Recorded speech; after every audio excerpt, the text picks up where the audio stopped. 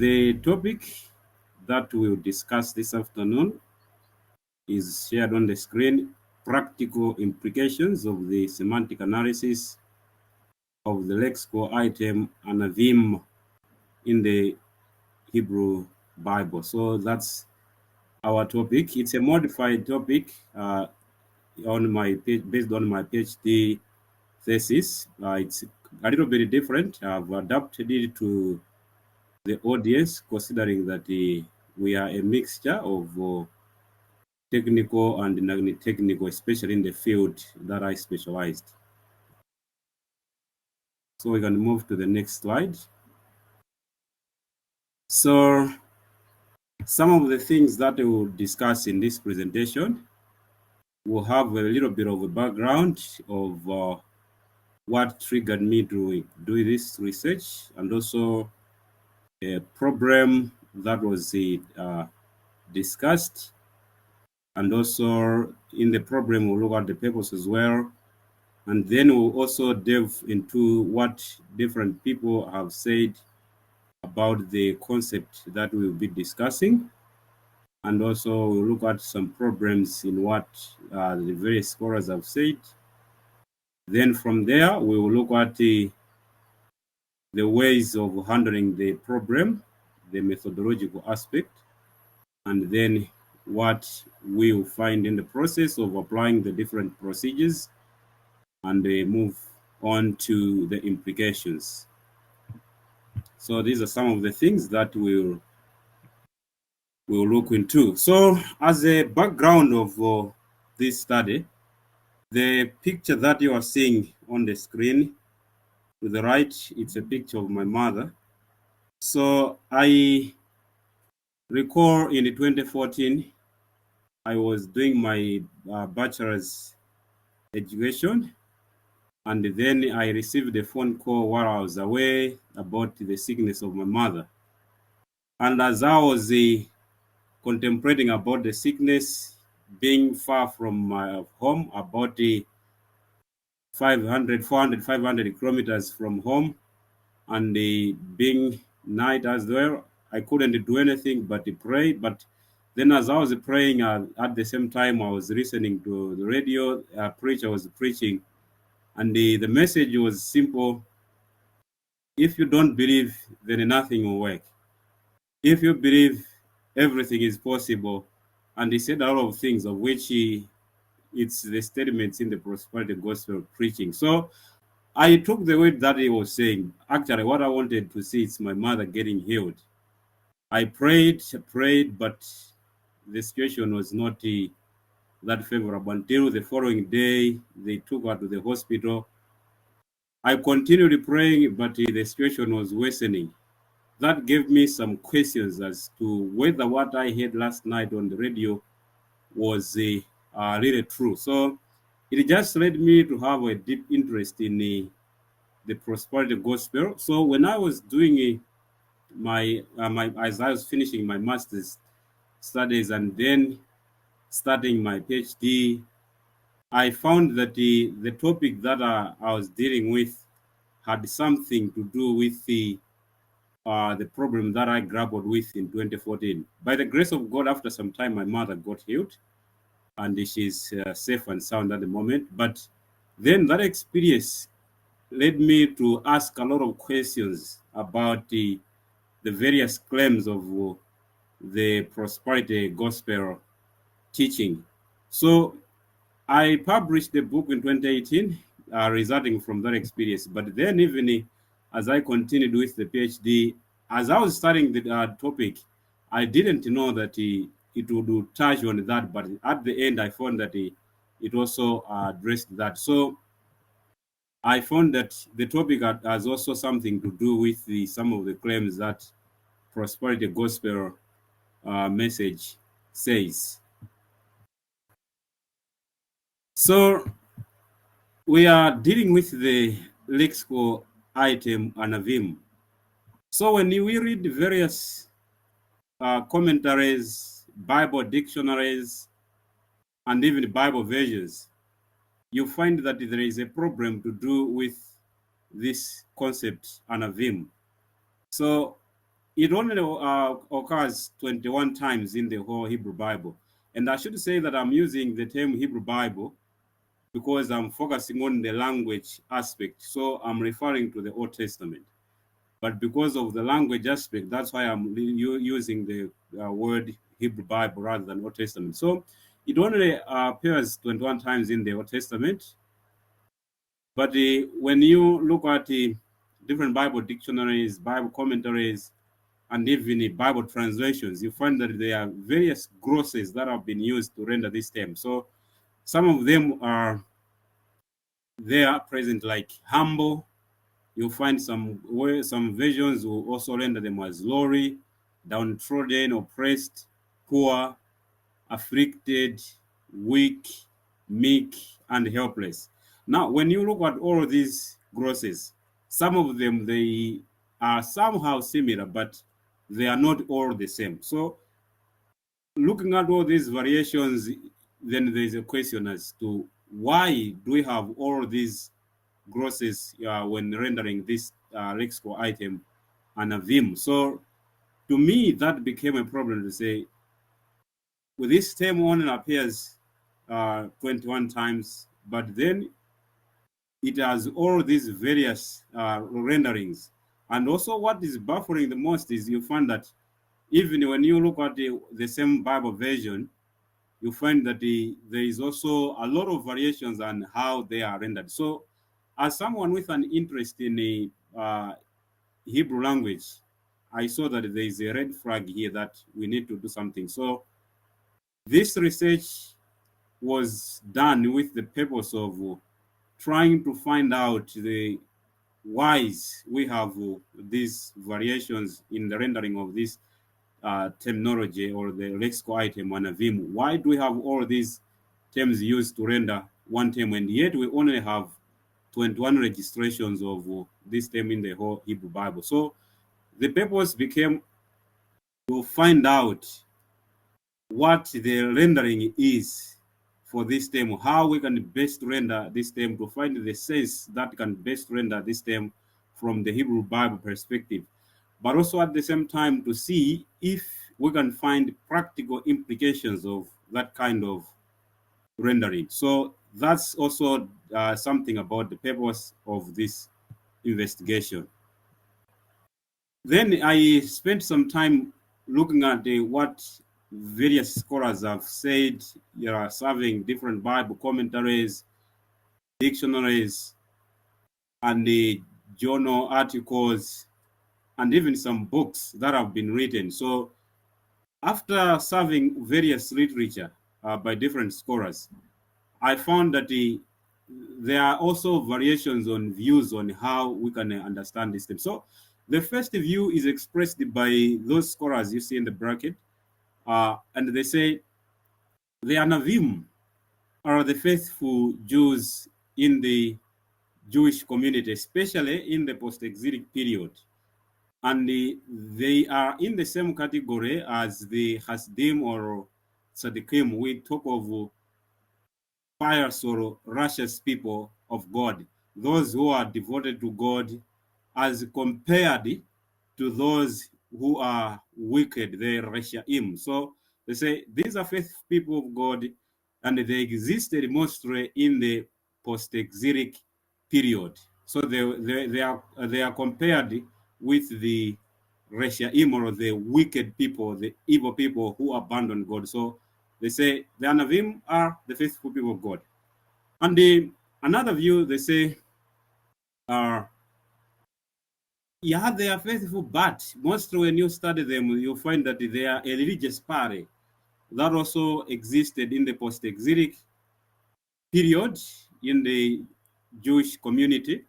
And this religious party was founded with the purpose of countering the ruling classes of the day, like the powerful people who were not fearing God. So they say they were not just faithful, but they were a sect, a religious party, religious movement in the Jewish community. And their main focus was to oppose the movement, the powerful people in the society who were oppressing God's people because of their faith in God.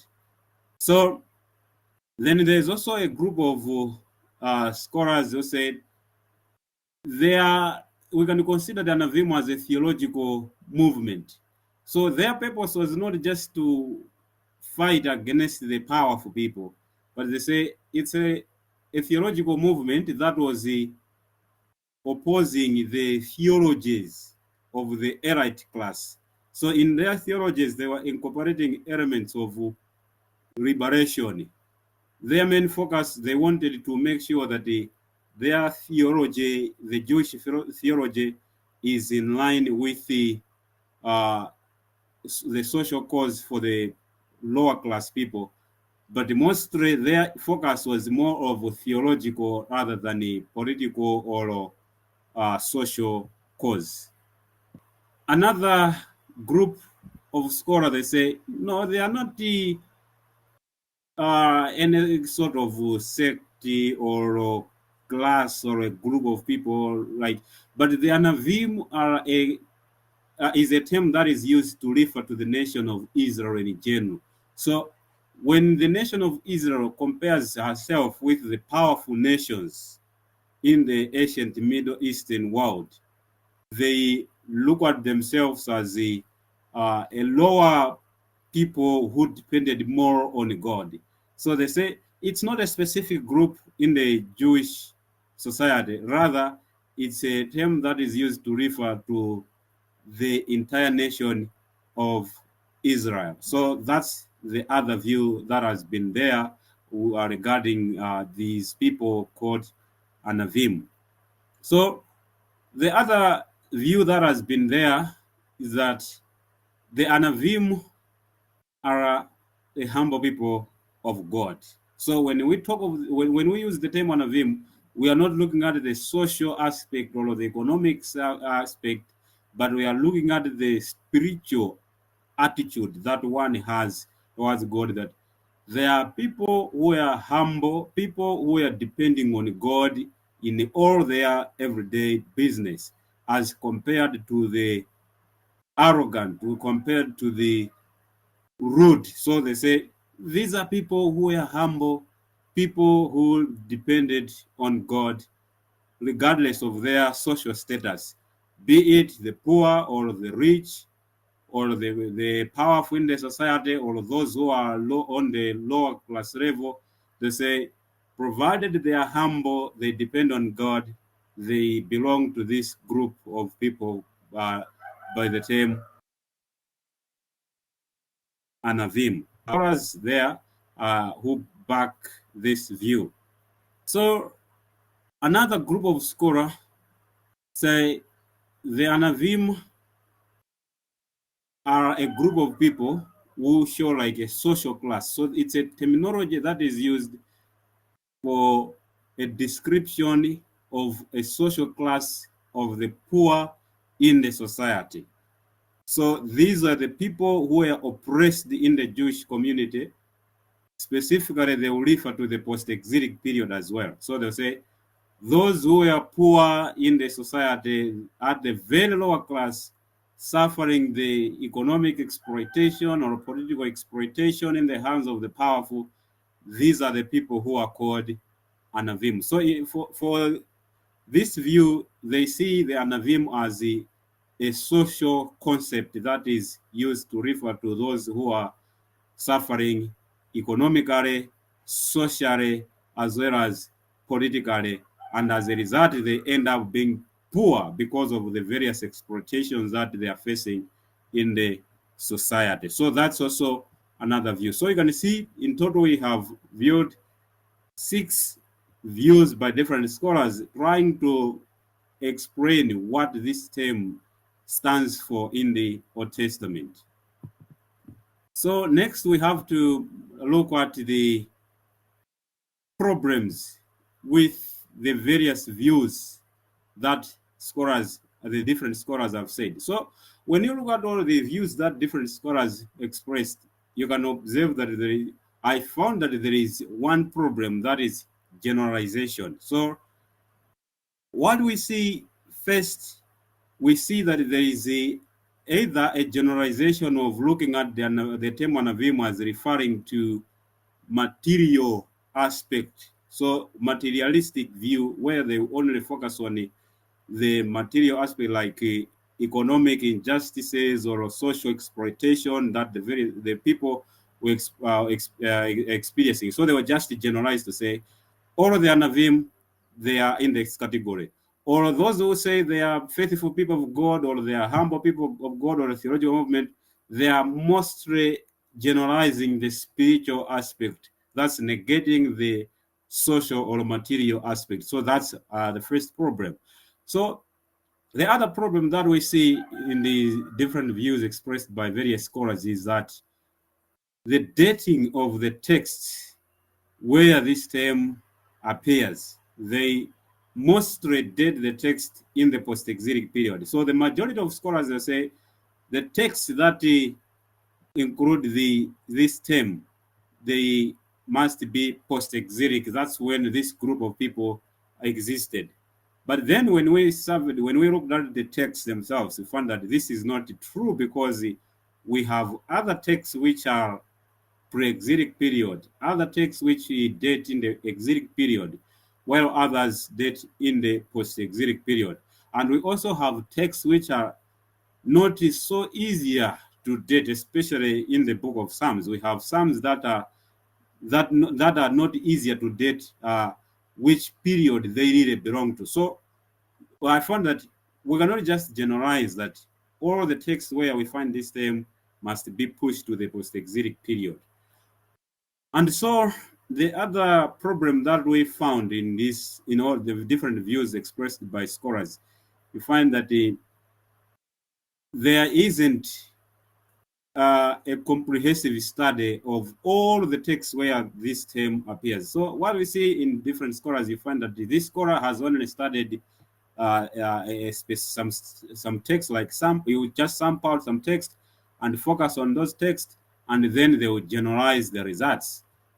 But we say to have a good understanding of this term, to understand what it really means, then we cannot just focus on one passage and then generalize the results. Rather, we must, since it's only 21 occurrences in the Old Testament, we must look at all those cases. Then we can make good conclusions. But then we find that most of the scholars, they only study few cases, then they will generalize the results. So these problems that we found in what different scholars say prompted me to say there is a need to do more investigation on this concept, Anavim. So I just want to say the road is about to get bumped a little bit. So we need to fasten our seatbelts a little bit, because I will just go a little bit into technical linguistics somehow, but I'm mindful that we are mixed. So just fasten your seatbelt, be there as we move into the next level. That is somehow technical, but I've made it in a way that we should be able to follow what is happening. So then the question that we had to ask, say, okay, we found all these problems with what different scholars say. So the question is, how then do we address this issue? So one thing that I observed in the course of studying the problem, I found that it is a language issue. We are dealing with something that is a language problem. So the simple principle is linguistic problems must also be addressed linguistically. In other words, if a problem has its foundation in language, then we cannot just study it anyhow. We must also employ linguistic methods to study that problem. This also is what Moses Silva expressed in his 1993 publication, where he said, pure linguistic studies, though not an end in themselves, are of utmost importance if we expect our broader semantic discussions and the specific exegetical decisions to rest on a solid footing. So lexicology takes priority in the exegetical process. So when we are dealing with a problem that is linguistic in nature, then we cannot just do the exegetical processes without employing linguistic methods. So we acknowledge the fact that this problem is linguistic in nature, so that's why we had to employ linguistic methods. But then the question was, what methods do we employ? So upon studying the problem carefully, I found that this problem is semantic in nature. In other words, it belongs to the field of semantics, linguistic semantics. So specifically, lexical semantics. So when we talk about lexical semantics, we are talking about the branch within linguistics that deals with the meaning of words, the meaning of words. So within lexical semantics, there are different theories that are used to study semantic problems, lexical semantic problems. So I found two theories as very suitable for this study. So the first one is what we call semantic field. So without going into too much details of what this semantic field is all about, somehow it says it sees the language as a system. So with different language elements. So when we are like, for example, we can say if we go in the high school English grammar, we talk of parts of speech where we have verbs, nouns, pronouns, adjectives, and other language elements we can call parts of speech. So all of these belong to a system within a language. So even though they have all these elements, we find that they coordinate with each other to fulfill the functionalities that will make that language meaningful. So in this sense, we say the relationship even between words and other language elements will determine the meaning. So words, since they belong to a specific language element, so they also function within that system of a language. So we say to have a good understanding of the meaning of words, it's not just a question of looking at the words themselves, but they must be studied within the system of that particular language so that they are also looked into together with other language elements. So the relationship can be based on when we talk about now relationship between words themselves can be based on the similarities and differences. So that system of language will make it even possible that even between words themselves there should be a sort of connection. So words will be connected to each other in one way or the other. It can be showing some differences or some similarities. So in this case, when we apply to semantic analysis, we say words that keep on occurring together, they will shape each other's meaning. We have a saying which goes, birds of same feather flock together. So it's like, to know more about me, then you must also know my friends. The people I call my friends, they will give you something, at least a picture of who I am, because you befriend those you are like you have some things in common. So that also happens even in the language in terms of words. So a word, for you to know the meaning of that particular word, it's not just a question of understanding that word, but you must also know the other words that share relationship with that word. So in this case, when we applied this particular method to the study of our term, we said all words that occur, or in other words, they appear together more often with the lexical item Anavim must be identified and analyzed. So as a part of applying this method, we identified different words that appear together with this term, that often occur together with this term, so that in the end, we can have a clue as to what this term is all about. So then apart from the semantic field, we also use another method to to deal with the problem. So this method is what we call prototype. It's in the branch of cognitive linguistics.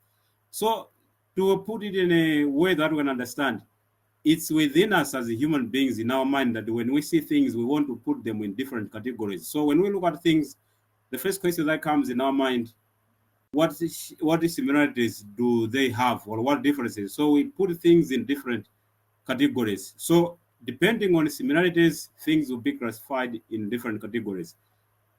So even though we have different members in a specific category, there is one member that will be like the central member, that's the principal member of that particular category. So you have that central member, then you look at other members where you can compare with the central member to see, does this member resemble the central member, or does it have some features that resemble some of the features of the central member?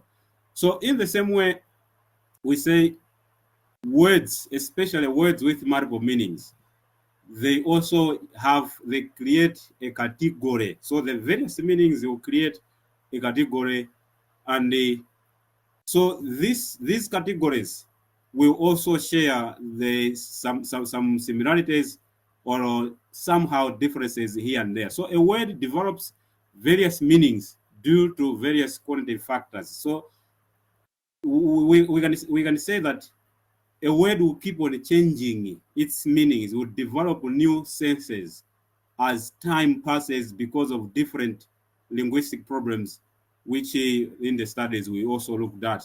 So even the new meanings that are being developed, when a word is developing new meanings, so it doesn't mean that the original meaning disappears. The original meaning will still be there. But then the new meanings that are developing in the process will be compared with the original meaning, and then they will form a category around the initial meaning of that term. So when we applied this method to this theory to the investigation of the lexical item that we are discussing, we said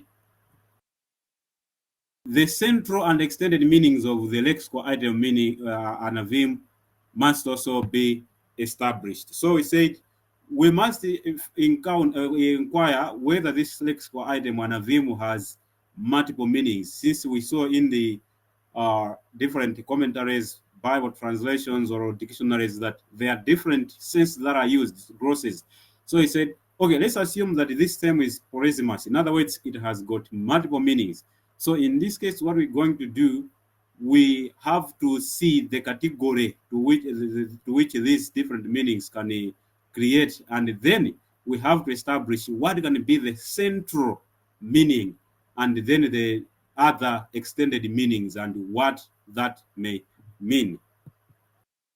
So then after developing these theories, the next thing that we had to do is to say, okay, how do we apply these things in the studies of our terms and investigation, the lexical item Anavim? So I developed different procedures that would guide the process of applying the two theories that influence the developing of this study. So first of all, I used what I call poetic discourse analysis. So some of the texts where this term appears are poetic in nature, like the book of Psalms, the book of Proverbs. So these are typical poetic books. So we said when studying these books which are poetic in nature, then we must also do an analysis of the different poetic devices that can influence or have an impact on the meaning of the term.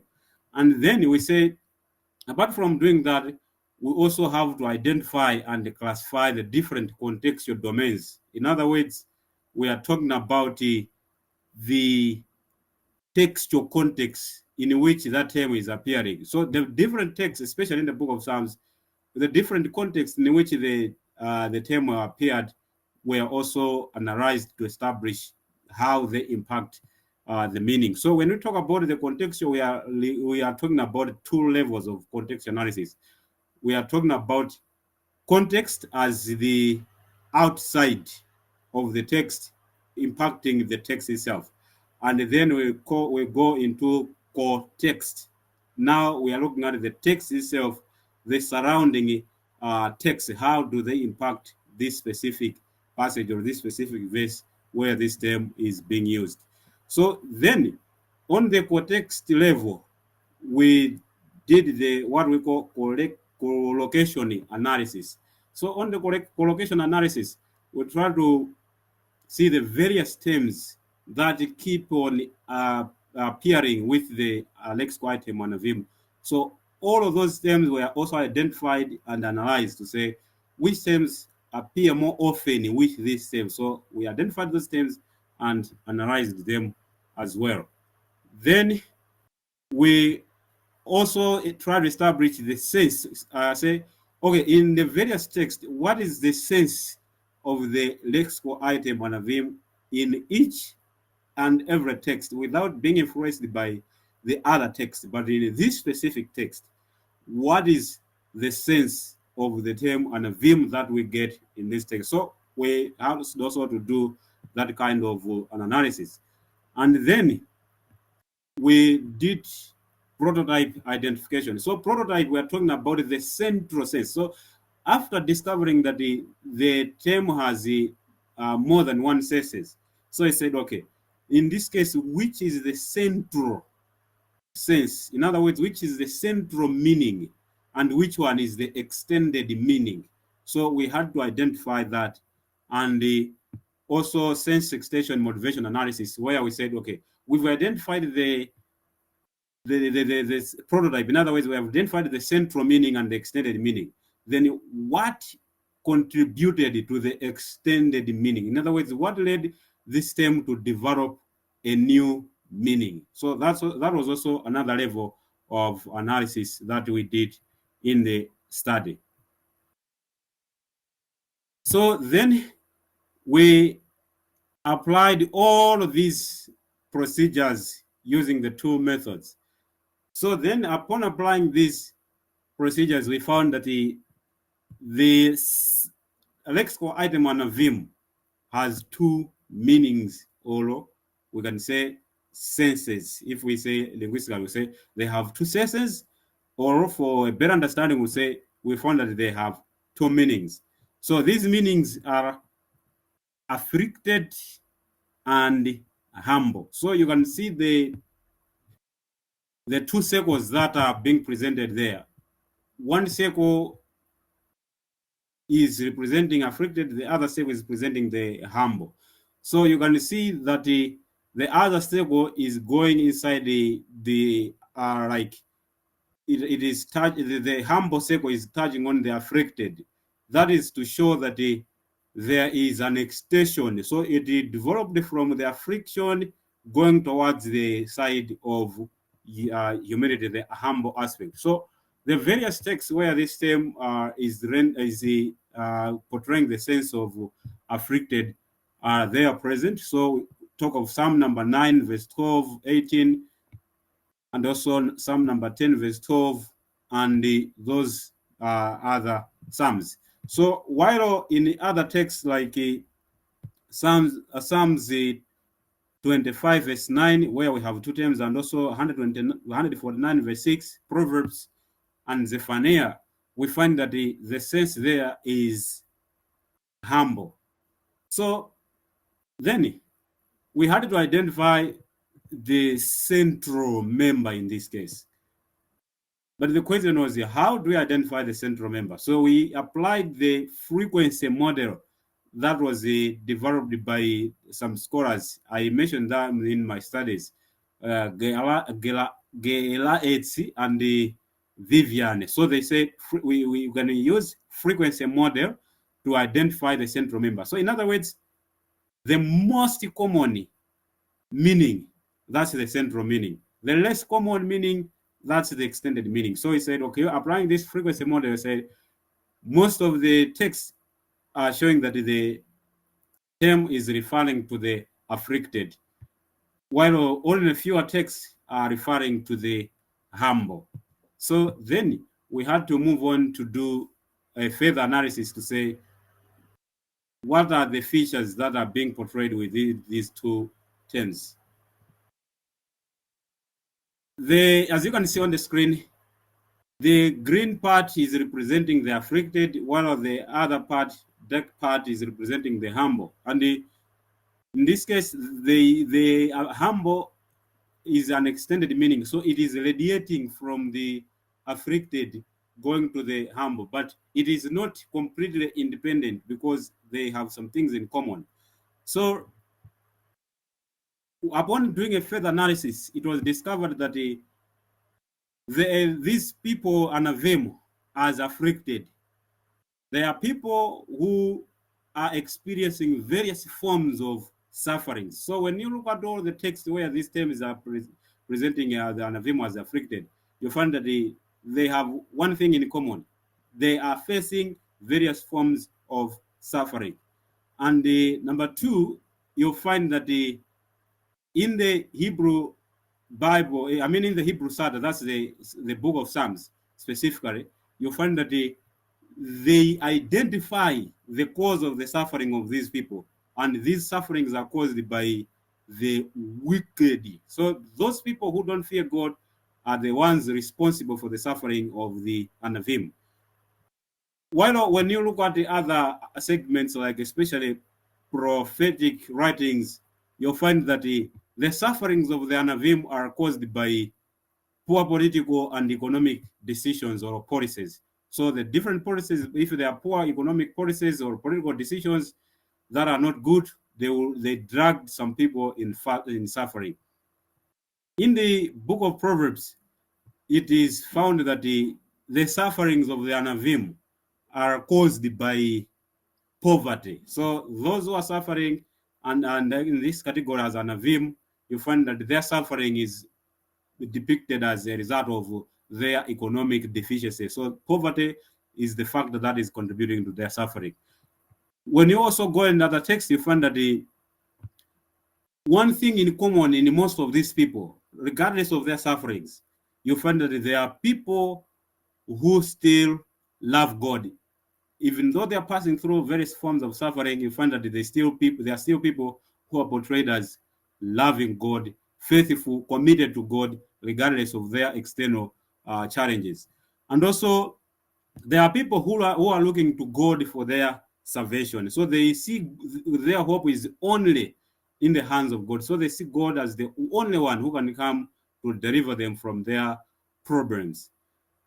And regarding God, the aspect of God, you find that in all the texts, you find that God is presenting himself as someone who cares about the plight of these people. So he is also someone who is aware of what they're going through and is also showing much concern and also care for these people who are passing through the various form of suffering. Now, when you look at the text where these people are represented as humble, you'll find that their humility is depicted in their acknowledgement of wrongdoings. For example, in Psalm number 25, where the psalmist is suffering because of his sinful deeds. So he's admitting he's wrong, he has sinned against God, and therefore there is a plea for forgiveness. So that aspect of admitting one's wrongdoing and seeking God for forgiveness, that's showing their humility. On the other hand, when you look at the passage, you find that they are presented as also people who are suffering. They are suffering for unknown reasons.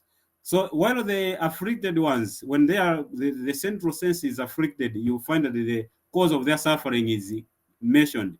You find that when it's humble, the suffering is not identified, like it's not identifying the cause of their suffering.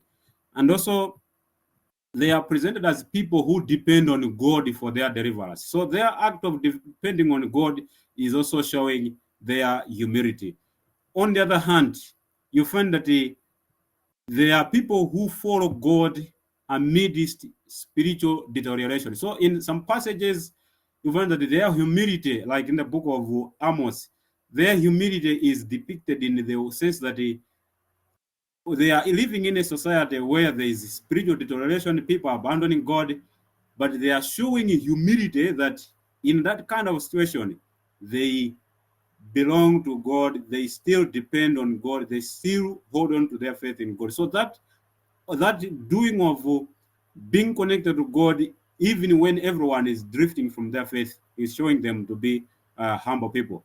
And also, when you look at the book of Proverbs, where they are portrayed as humble, you find that they are people who follow the ways of wisdom. So when we look at the book of Proverbs, you find that the wisdom is also something that is compared with the righteousness. So one who is wise is a righteous person, while one who is foolish is pointed as wicked person. So they are presented as humble because of their willingness to be righteous, or their willingness to accept the ways of wisdom and rejecting the ways of folly. So that is showing that they are humble as compared to those who are abandoning the ways of wisdom and following the ways of folly. So this is how this term is rendered in these various passages, and also what the different experiences of these people are about. What can we say can be the implications? So we had to draw implications on various levels. So the first one is on biblical exegesis and translation. So I had to include these two because of my background in the Bible translation exegesis. So you find that when we are doing Bible translation, we have to understand, or biblical exegesis, we have to understand that words have no meaning in themselves. Context and also context give them meaning.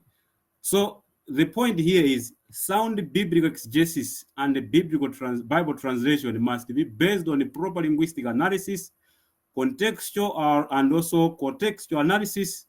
So in other words, to establish the meaning of biblical words, we must understand the broader context, that's the social, cultural, theological, religious background of the text, and also the surrounding text, that is the context level, that is the surrounding linguistic and textual context within the text itself.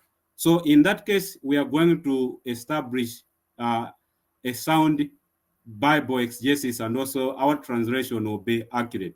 And this also is a challenge to theological institutions, that we must take biblical languages seriously, because they will provide our students with tools that will enable them to do proper and sound biblical exegesis, and even those who go into Bible translation, because of the knowledge of biblical languages that will help them to do proper linguistic analysis of the text, so that they can establish correct or accurate meaning. And the second implication is, I've seen you, Prof, I'm winding up. The second implication is on the part of biblical theology. So on the biblical theology, as I said initially at the beginning of my presentation, the prosperity gospel. So I focused on the prosperity gospel. So those two scholars, from up and also now, they studied the different levels of prosperity gospel. So they say prosperity gospel can be categorized in three, but I've just cited two. I built a prosperity gospel where they say they all attribute all of the problems to sin or lack of faith. Or they'll say you are facing problems because of your sinful nature, or because you have not been prayed for by a powerful man or woman of God who has not delivered you from your evils or your curses. So they'll say, if you're not delivered or you have no faith, then you be in problems. If you're delivered, then you also believe, then you face no problem. So what is the implication of this study to these claims? Next slide. So when we look at the challenges that the Anavim face, you find that they also challenge the claims of prosperity gospel teaching. So they indicate first that faith or faithfulness does not offer immunity from physical suffering. And also number two, not all suffering is punishment from God. We are also learning that from the Anavim. And also external forces cause suffering, of God's people, like evils done by others. These can be poor socio-economic policies and even poor or political failures. They can drag people into suffering. And also, we have also to learn something, like unlike the prosperity gospel, which will just say we must claim the blessings of flourishing, we must learn that we should embrace suffering sometimes with hope that we have God who understands whatever situations we pass through. But even when we are in suffering, we must learn to depend on God, not someone to deliver us. Deliverance is only found in God. But even when we face suffering, we must know that we must bear suffering with hope, knowing that God is still on our side. That's also something that we learn from the Anavim. And it also helps us to develop a proper theology of humility. So most of the times we say, okay, I'm humble, maybe because of how we relate with other people. But from the Anavim, we learn that humility is not just about our relationship with other people. Humility is also how we present ourselves before God, or how our state before God. When we don't recognize God as the source of our security, then we cannot say we are humble people. So theology of humility must also take into account the fact that humility has something to do with how we relate with God, recognizing that He is the one we can depend on, not just on the level of interpersonal relationship, but also on human divine relationship. We must incorporate that aspect when we are developing the theologies of humility. So, in conclusion, I would say God's concern for the Anavim serves as a challenge to the church today to care for the poor, the oppressed, the marginalized, and those experiencing various forms of suffering in our societies. So the church must not ignore or dismiss the suffering of their people, nor blaming those who are suffering by attributing their struggles or their sufferings to a simple lack of faith, rather than offering a shallow theology that reduces their pride to a need for more faith or deliverance. The church must also confront the underlying forces that drag people into suffering. The church must raise her voice and address the different causes of suffering that people are facing today. Instead of just saying, believe your miracle, claim your miracle, we must also understand the underlying forces behind the sufferings of our people. Since we have seen from the Anavim that sufferings have various causes, not just the brokenness in our relationship with God. So this is my presentation. I thank you all for your attention.